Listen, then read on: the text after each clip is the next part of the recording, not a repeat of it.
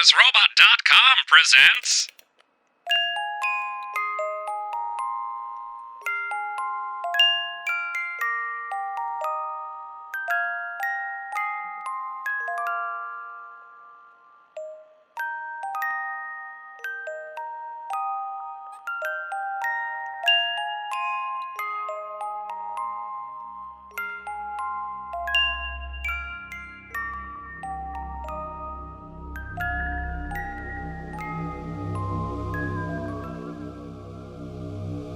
Hello, dear listeners. It's been quite a while since I recorded a new episode, and bordering on 3 years since I started the Showers series.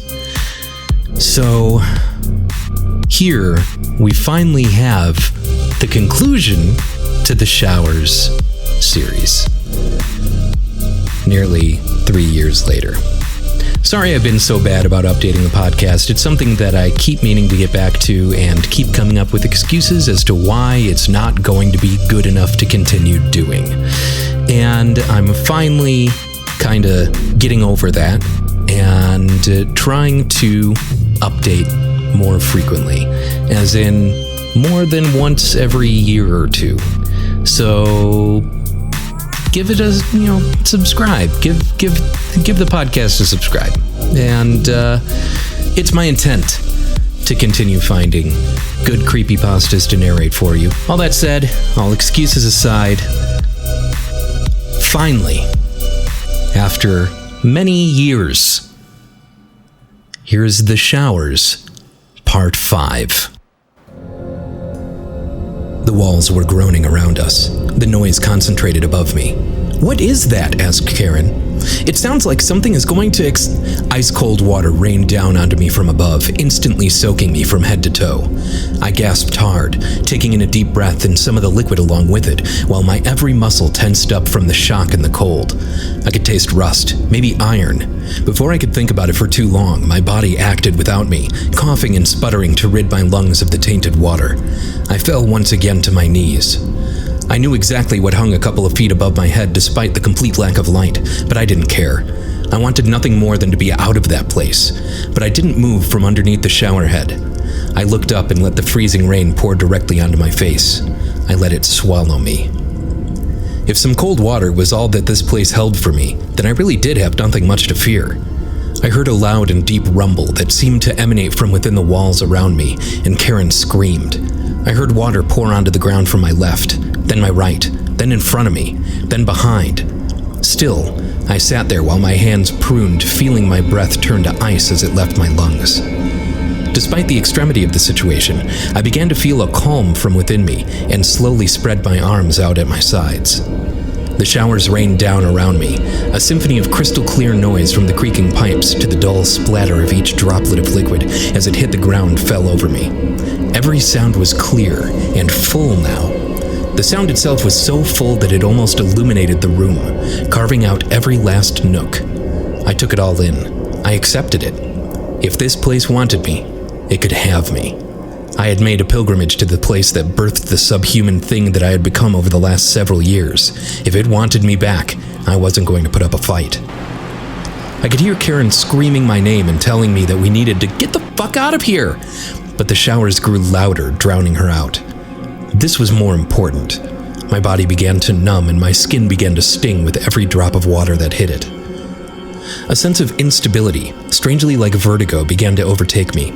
I opened my eyes, still seeing only darkness, but feeling something else. I was Mr. Mays back in his classroom, my classroom, recounting the story of this place to my students. I was in the tunnels carrying my friend Steve, the man who first ventured to this place with me years ago, away from an approaching darkness behind us. He was bleeding from a head wound. I was reaching upwards in bed, sweating, soaking my sheets and crying. I was at a bar, telling me, my, Mr. Mays' story, struggling to find the right words while I ordered another. A dull, wet thud rang out a few feet to my left, snapping me back into my body. Karen had fallen and screamed my name, which now rang out loudly above the noise of the showers. "Jack, what is going on?" she screamed as I heard what I could only assume to be her body drag across the muddy floor away from me. I could feel again. I was freezing cold. My injured hand could hardly move. I began to crawl forward as fast as I could manage towards the sound of her screams. They were going to find her body so that we could show them. No, I wasn't thinking straight. There wasn't going to be a body. We were going to get out of the darkness. No one was going to be lost here. I threw my body in the vague direction of her scream, reaching out as far as I could with my arm, despite being unable to feel much of it. Through some stroke of good fortune, my arm slapped across her shoulder. She immediately grabbed for me. I just closed my hand as tightly as I could around part of her denim jacket. I pulled her close and wrapped my legs tightly around her. She wrapped her arms around me and buried her head in my chest. Her screams were only slightly muffled. I let her have that. I didn't know what else to do.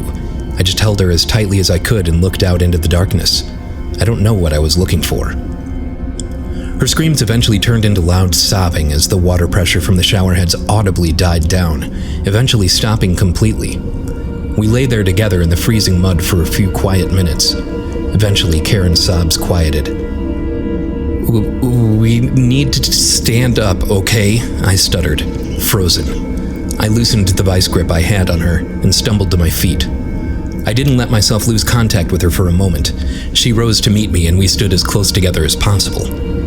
I certainly had no idea where we were at in any relation to anything down here, and I'm sure she didn't either. "We just gotta find a wall." I locked my arm with hers and moved to my right, which was as good a place to start as any. After about 10 long shuffles, I bumped into a solid cement wall. I couldn't tell if it was covered in ice or if I was just so numb that I couldn't feel the coarse cement. It was likely a bit of both. Karen kept her head against my shoulder. I started to feel emotional, angry that she had forced me to come back to this place. The anger bled into sadness. She was going to have to carry this with her. I should have never let this happen. I should have stopped her or told her I made it all up. I was muttering to myself under my breath. The rusty pipes creaked around us. With each noise, I felt my stomach heave. Despite the numbness, my jaw throbbed in pain. I wanted to give up. I was so tired and so afraid. I wasn't strong enough, and I knew it. I wasn't the person who was going to save his girlfriend and come out of this a hero. I didn't even think we were going to get out at all. I was lost in thought and putting most of my weight against the wall as I moved us along it. I was not expecting a sharp corner. I felt my shoulder push into suddenly empty space. I managed to get one hand onto the corner of the wall as I fell, but that did nothing when my feet gave way in the mud beneath me. I fell hard, my head bouncing off of the ground with a thud. I was instantly sure I had some broken fingers on my right hand. The angles seemed completely wrong when I rubbed them against my cheek. I screamed mostly out of frustration, which caused Karen, now alone somewhere in the darkness above me, to scream back. We were yelling at each other. After a time, we were too exhausted and out of breath to continue. I focused on my breathing and tried to bring myself back. I sat up, pushing my left hand through the icy mud to ease myself to my feet. I felt something on the ground. It was smooth, but not like cement, like metal. It was small. I gripped it in my hand as best as I could as I stood up. My legs weren't going to hold out for long. I was getting the spins, but I couldn't tell if it was from the booze, the possible concussion, or the disorienting darkness. Karen was quickly at my side. She grabbed my hands and pulled herself close to me. "I'm sorry. We shouldn't have come here. I didn't believe you," she cried in quick successive breaths. I didn't care. I didn't want an apology. I wanted to scream at her and spoon her at the same time. I wanted to be fighting with her about something stupid in my apartment. The space around us filled with a mess of conflicting emotions. I felt us shrink, but was brought suddenly back when Karen broke the silence. "What do you have in your hand?" she asked. I had managed to hold on to the object. We both felt around it, desperately trying to get a sense for what it was. It could have been a piece of one of the shower heads for all we knew, but for a second, there was a hope that it was our solution. It was sort of cylindrical. It was mostly metal. It had a little clip on it. I rolled it around in my hands, careful not to let go. It had a button. I recognized it. It was a little flashlight, the kind hikers fasten to their backpack. flashlight, I stuttered. My fingertips could feel the button, but couldn't quite press it hard enough. Help me push the switch. The light was hardly blinding. Both Karen and I prepared to shield our eyes, but were surprised by the weakness of the light that, outside of the main beam, did little to help our situation. Once our eyes had adjusted slightly, we could see the showerhead surrounding us in a run-down and filthy room that seemed to have no exit. It looked and smelled like a pigsty. Mud and dirt covered the floor and walls. She wrapped her arms around me. I held her head against my chest. Close your eyes. Just keep them closed, I told her. The loud wailing of a doe started on my left and quickly enveloped us like it was coming from surround sound speakers that we couldn't see. Karen covered her ears with her frozen hands. The tips of her fingers were bright red, maybe even purple. It was hard to tell from the weak light of the flashlight. But I kept the beam centered on us as much as I could. I didn't care that whatever was out there could see us. The light gave us some sort of warmth, or at the very least a sense of solidity. The noise began to die down until we were left once again in silence. We have to move back to the tunnel. You have to help me find it, I said. Karen nodded, tearing her face away from my chest. Her tears had frozen her cheek to my sweater. I could see a rim of ice around the red mark on her cheek.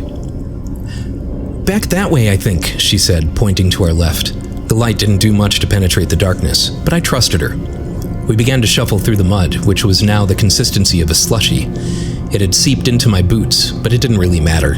Every inch of me was covered in rusty water and frost. A little more cold couldn't hurt. Every few steps, the flashlight would dim or flicker. I could feel Karen tense up every time I was forced to give it a shake, rolling the dice on how long it would continue to help us. At one point, it went out completely. She dug her fingers into my side. I shook it. Nothing happened. I hit it with the palm of my hand several times. Nothing happened. Please, please, I muttered under my breath as I hit the switch off and on several times in rapid succession. I couldn't let it go. It was all that we had down in those tunnels. The only thing keeping us, or maybe just me, from losing myself to the darkness. After a few more attempts, there was light, but the light was across the room. An exposed bulb, maybe 40 feet across from us, came to life. It was dim, but it was enough to light up a significant portion of the space in front of us. About 10 feet in front of the bulb, and 30 feet from us, stood the unmistakable silhouette of a buck, head bent down towards the ground. It had a large set of antlers, 12 points if I had to guess. Unable to grasp what I was seeing, I let the dead flashlight fall from my hands to the ground. The metal slapped against the cement, and the small bit of glass cracked like a stick snapping under a boot in the forest. The buck tensed up and quickly rose to attention. His antlers scraped hard against the low ceiling. Some of the points were grinding against it, while others cracked and broke off. The animal didn't seem to notice. At the very least, didn't seem to care. As it turned its attention towards our general direction, Karen began to tug hard on my sweater. We have to get out. Keep moving, she cried quietly. We continued down the path before us while the stag began weakly bleeding. A jolt of pain shot through my temples. The noise went on continuously, one long whine that should have been interrupted by a breath at some point, but just kept going. There was an echo. I looked behind us as we shuffled through the dark. I could see the glint of light reflecting off the eye of the beast. It was looking at me. It was tracking me. I turned my head and heard several other bulbs come to life on the far side of the room. I dared not look back. A door came into view in front of us. The paint was stripped, the wood was aged and cracked from years of weathering. Even still, I was able to get a sense of the brilliant red that used to cover the door. The knocker was missing a screw and it hung limply, off-center. The knob still had some shine to it. I could see the reflection of the lights behind us in it as we moved closer. I went to reach my hand out to grasp the knob, but Karen had already beaten me to it. She grabbed it and twisted. The internal metal mechanism shifted loudly, quieting the bleeding of the buck in the distance. The door cracked and creaked even as Karen peeled her hand from the ice-cold metal. The wood began to split. The cracks moved rapidly outwards from the knob, crawling across the wood until they reached the hinges. The door shifted and began to tip downwards. It was going to fall on us, and I didn't have the strength to stop it. It began to tilt, and I raised my hand up and shielded Karen's head while trying to move us out of the way. Fortunately, the door caught on the old screws in the middle of the lower hinges. It swung around to the left, right in front of us.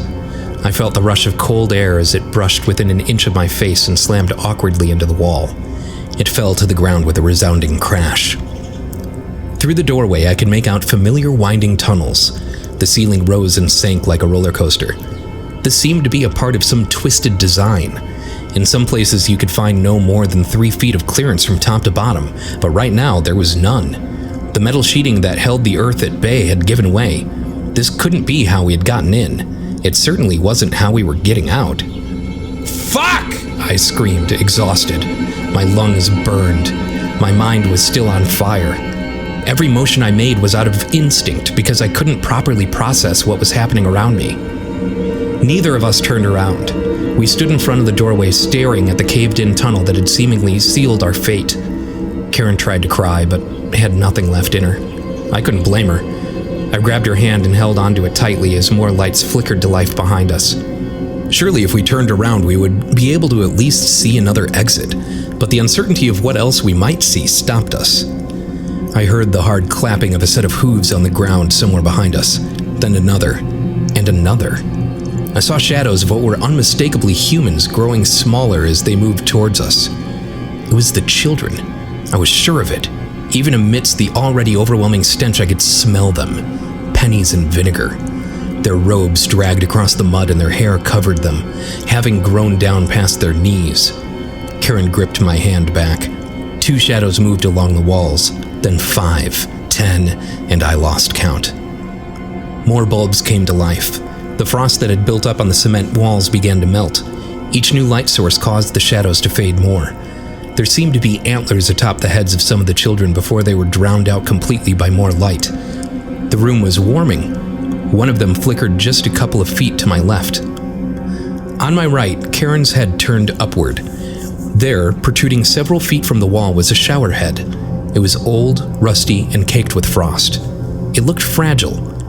With her free hand, she reached upwards, grabbed a hold of the pipe, and pulled downward, squeezing on my hand as if she was using me for leverage. It broke off with surprising ease. Karen pulled back into my shoulder as water sprayed into the room behind us. I could hear feet skittering through the mud and away from the jet of ice. Karen turned to face me, her eyes mostly closed, and she buried her face in my chest. She offered me the shower head, the weapon. I took the rusted metal pipe in my hand. For the first time in ages, I felt like I had a little bit of control, a choice to make. The footsteps around us grew closer, picking up speed. "I fucking hate this place," I said as I swung the pipe through the air to my left. It smashed through the bulb with ease. Shattered glass rained onto the mud, as to my surprise, the other lights in the room began to extinguish. One by one, the room fell back into darkness. I didn't know if it was better to die in the light or in the dark, but at least I got to break something this way. I heard the familiar bleating once again, alongside the dying cry of the doe. The footsteps were very close now, only feet away. I hugged Karen as tightly as I could when the last bulb went out. There we stood, in the darkness once more, surrounded only by the screams of creatures that we couldn't see. I finally turned my head to face the room, still holding on to Karen. The bulbs had died, but the filaments still had a slight glow to them. It looked like the glow that follows a camera flash. As my eyes adjusted, I could still make out the silhouettes of the children. Some of them were no more than an arm's length away. There was a familiar anger in the air around them. They hated me as much as I feared them, and maybe it was for the same reason. I couldn't even guess what was going to happen once they got a hold of us, but I hoped that I would, at the very least, not be afraid anymore. The filaments in the bulbs cooled completely and the darkness settled. I closed my eyes. "I'm sorry," I spoke into the top of Karen's head. The children were right on us. I could feel a warm breath on the back of my neck. I snapped my eyes shut. Without warning, it ceased. The moisture on my neck began to cool. Feet flew through the mud away from us. They were fleeing. The bleating and crying of the animals stopped abruptly, and in seconds the room had settled into a deathly silence. I slowly opened one eye and looked upwards. About 10 feet in front of us was a ray of bright light. It was powerful, cutting through the dark and shining straight onto Karen and I. It made the frost on her bright red hair twinkle. I had no idea what I was looking at and briefly considered that I was wrong about religion before I heard the familiar growl of a car engine. My eyes adjusted and I could see that the light was coming from a hole in the ceiling where wooden boards had collapsed long ago. I couldn't fucking believe it. I didn't say a word as a car door slammed and Brian's voice echoed down into the hole. "Hello down there," his voice rang out, filling the room. Karen looked up and broke away from me. There was a sense of relief in her eyes that her face didn't show. She moved quickly. "Brian," her voice croaked. "Brian, you get us out of this fucking hole right now and I will buy you your own grow house." "Promise?" he laughed. I assumed they could see each other now. Karen was looking up at the hole with a glare. She was bathed in light. I stood there and slowly began to move towards her. My knee popped and my joints ached. I was dizzy and confused, but this felt real. Tangible. "Okay, but it's not gonna be easy," yelled Brian. "This rope is kind of icy, but I don't really have another option, and I'm still a little high, so it's gonna have to work. How the hell did you guys get down there?" Karen didn't answer as Brian dropped down an old purple climber's rope. She grabbed it and began to ascend like her life depended on it. Brian was grunting from above and jokingly commenting on how she had gained weight. She was up and out of the hole within seconds, and I was left alone in the room. I looked around me. The space was smaller than it had seemed just minutes ago. The walls were cracked. The mud had mostly frozen solid. The showers were empty. "You coming, Jack?" asked Brian as I finally made it under the hole. I grabbed the rope tightly and looked behind me towards the decrepit red door that now lay on the ground. In the tunnel behind it, I could make out the shape of a person standing just beyond the reach of the light. I turned my back to them. With some help from Brian, I pulled myself out of the hole and onto the frozen ground outside. I breathed the fresh air into my lungs. I was free of the stench of that place, but my stomach was still in knots. The moon was reflecting off of the snow and ice, lighting up the clearing around us. I could see Karen pacing near the car. She was staying in front of the headlights. She stopped and fixed her vision on the edge of the trees. It began to sink in that she was now going to have to live with the same terror I had lived with for the rest of her life. It was always going to be my fault. I was on the verge of tears when Brian helped me to my feet. I still hadn't decompressed. My jaw was clenched shut, and I was sure that I had chipped a tooth. Every part of me was numb. My clothes were frozen to my skin. Karen began to scream, "It's right there! It's right there!" She yelled and pointed towards the trees as Brian dropped me and ran to her. I slumped down and stared at the ground. There was nothing to be done, and if there was, I didn't know what it was. I was as much of a mess as she was. Her cries started to blend into the background as my mind wandered back to Mr. Mays. I wondered what he would have done in this situation, but remembered that he had been in this same kind of scenario, and his solution had been to drink himself stupid. That didn't seem like just a bad idea for the time being. I just needed a sip. I reached into my jacket pocket, pulled out the flask, opened it, and took a sniff.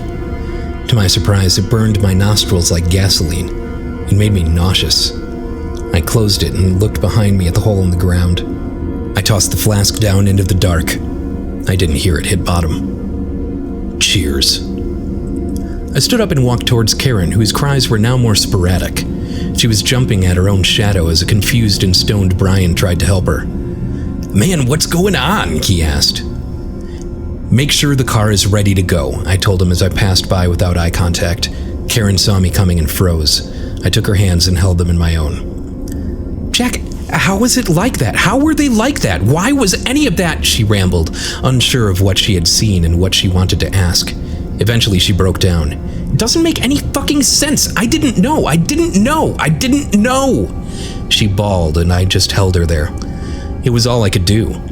She hit me out of frustration a few times, but still I just let her go. I didn't know how to help her, but I could listen and be her punching bag. I eased her over to the car and sat her in the back seat, wrapping her in as many blankets as I could and buckling her in. As I walked around to the other side of the car, I looked back at the hole in the ground one last time. I heard voices. They were probably just in my head. Brian drove through the trees as quickly as he could. Several times he seemed to begin a question, but stopped himself. He told us how he had been in the car when he saw a light coming out of the ground and what he thought was one of us waving him over. We didn't react. There was a weight hanging over Karen and I that he didn't want to disturb. Questions could wait. I don't even know if he ever got around to them. Karen wasn't asleep, but her eyes were closed tightly. I was buzzing as we drove away. It wasn't until we crossed the threshold of the tree line that I was able to loosen the vice grip I had held on the door handle. The electricity faded as the tops of the trees that surrounded the showers were overtaken by the stars. I felt my insides begin to relax. The dam that had been holding something inside me back finally burst, and I asked Brian to pull over. He obliged almost immediately without a word. I stumbled out of the car and began throwing up on the side of the road. The only thing that poured out of me was a thick, yellowish bile that hung in the back of my throat before slowly dripping down and out of my body. This was what I deserved. I gagged and felt my eyes bulge as I purged and clawed at my stomach, sore from the continuous heaving. I clenched my fist and hit the ground, causing the wounds on my knuckles to open. I had only now taken a look at my hand. My middle and ring fingers were broken. It looked like someone had taken a bottle opener to my nail and first knuckle. I shouldn't have left them that way, but I didn't get much of a reprieve before I had to bow again. This was the tail end of an exorcism. What felt like years' worth of stress, lies, and fear violently erupted from within me until my lips numbed, my stomach slowly relaxed, and my ears loudly popped, immediately relieving some of the pressure on the inside of my skull. I felt like I was floating.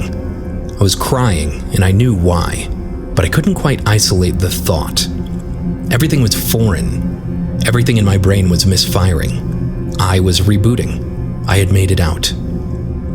I sat in the dirt long enough that the vomit turned to slush on the ground in front of me.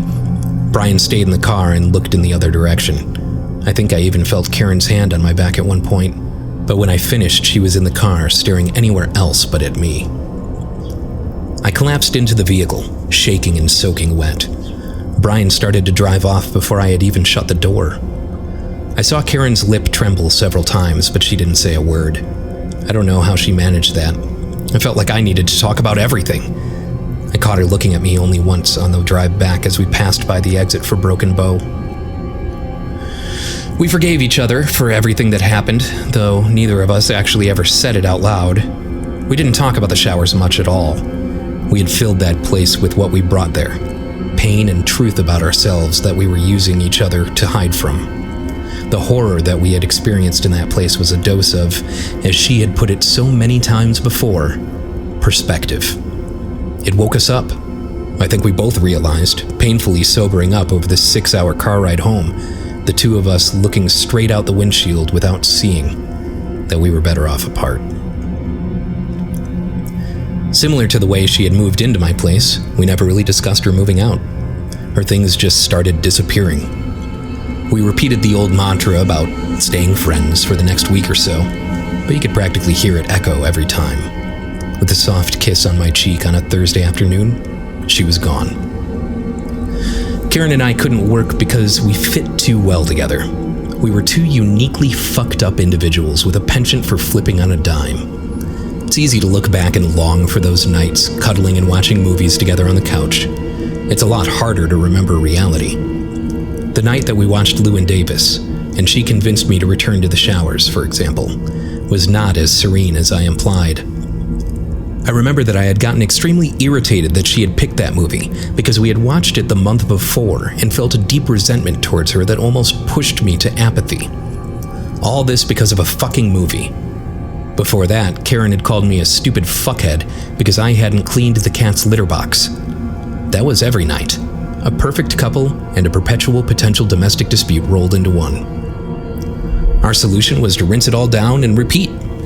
We were our own perfect enablers, and we were always heading towards the ending that we got. Broken Bow did nothing but illuminate what was already in front of us. I really hope she's doing better now. As for me, I couldn't continue to live how I was living after Nebraska. I was so covered in dirt and blood that I was able to have one of those hard look at yourself in the mirror moments in front of an actual mirror, and realize exactly how far I had let myself spiral down. I wasn't just drunk or high, but I was both of those things because I was broken and needed something to fill the cracks. I couldn't use that place as an excuse anymore. I couldn't keep trying to change the story. If that sounds like it came from the mouth of a quack therapist, it's because it did. I started going to therapy once every week, initially for the drinking, but eventually for everything else. I'm not a religious convert or a friend of Bill, but I respect the journey and anyone willing to take it on, no matter the method needed to make it through. I wish Mr. Mays had found a way to fight his demons before he left. I guess they're our demons, really. I'll keep them for us both. I'm always going to carry the showers with me. They are a part of who I am, but I don't have to let them kill me anymore. The most important concept that I have learned in these therapy sessions is that you can't get better if you just keep covering up symptoms while ignoring the real source of your unhappiness. Blowing your brain out every night with substances just puts off the inevitable confrontation. You have to treat it like a wart. You have to cut all the way down to the root and tear it out to get rid of it. To kill it, you have to get every last piece. That is why I came back to this forum, this account, and this story. There are so many others out there who listened to Mr. May's campfire story throughout the years and then moved on like normal people. I fixated and spread it because I just couldn't resist. I can't unwrite my original story, so my next play is to obfuscate. I fully understand that writing this defeats that purpose. Hopefully that won't matter. There is a point to this. The story is yours now. I don't want it anymore. Take the showers and mold them to your needs. Tell the story around a campfire and embellish whatever you'd like. Put yourself in the story, or a friend of a friend, and then use it to get laid. Take your wildest theories about the place and create a story all your own. Make a movie or a book out of it. Turn it into a local urban legend in your own town. Drown my story out with uncertainty. In fact, go there. Go find them. Ask every citizen in Broken Bow, Nebraska about them until they run you out of town. Get lost on dirt roads a few miles east of the city until you stumble upon a place resembling the one I have described, and then tear it apart. Bring your friends and take pictures. Explore the tunnels, light a bonfire, get drunk, and throw a party, and then post about it on the internet. Cover the walls and graffiti and the floors with cigarette butts, broken bottles, and condom wrappers. Tell everyone you know about it and smother it. Flood the internet with so much speculation and rampant bullshit about that place that no one will ever point back to Mr. Mays or me as the source. Drown us in the noise and let us fade away in peace. Go there yourself and burn it all. Just don't forget to tell everyone you know about how you did it afterwards. Ah, shit. I'm sorry, I let that go on for so long. This wasn't my intention. Old habits and whatnot. I've been pulling from a dusty flask of whiskey that was next to the laptop in the box. I guess it counts as aged now. I'm not really on any wagon, and after the years of bullshit I put my body through, a few more nips aren't going to hurt a thing. This is just one more for the road. I'm going to post this, log out of my account, tear up the sticky note I saved with my password written on it, shut down this laptop for what I hope to be the last time, and bury it back under all the junk in my closet alongside this flask. Tomorrow, I'm going to go into my classroom at the community college where I teach a creative writing course, and I'm going to tell my students one of the many versions of the showers that I have told over the years. It isn't Halloween, but maybe I'll dim the lights and light a candle or two for atmosphere. Mr. Mays would be proud. The story I tell them is not going to be my story anymore. No, I'll tell them the story of what happened to my best friend's brother's ex-girlfriend in some rural part of Pennsylvania a few years back. I'll swear it's the truth. I can't take back what I did when I posted this story for the world to see. This is my next best move. Take a page from my younger self and spread this story like I'm playing a massive game of telephone that I intentionally want to disrupt and distort. If I wasn't at the heart of it, this could even be fun. Maybe it still will be. I gave you a story on some dark night 5 years ago, and the only thing I'm asking in return is for you to take it from me. Make it into something scarier, or more violent, more cerebral, or more personal. Give it a twist ending. My hope is that one day, someone will tell me a version of my story, having claimed it as theirs with new facts and faces, and I won't even recognize it until I hear the name that now haunts others' dreams instead of my own. The Showers.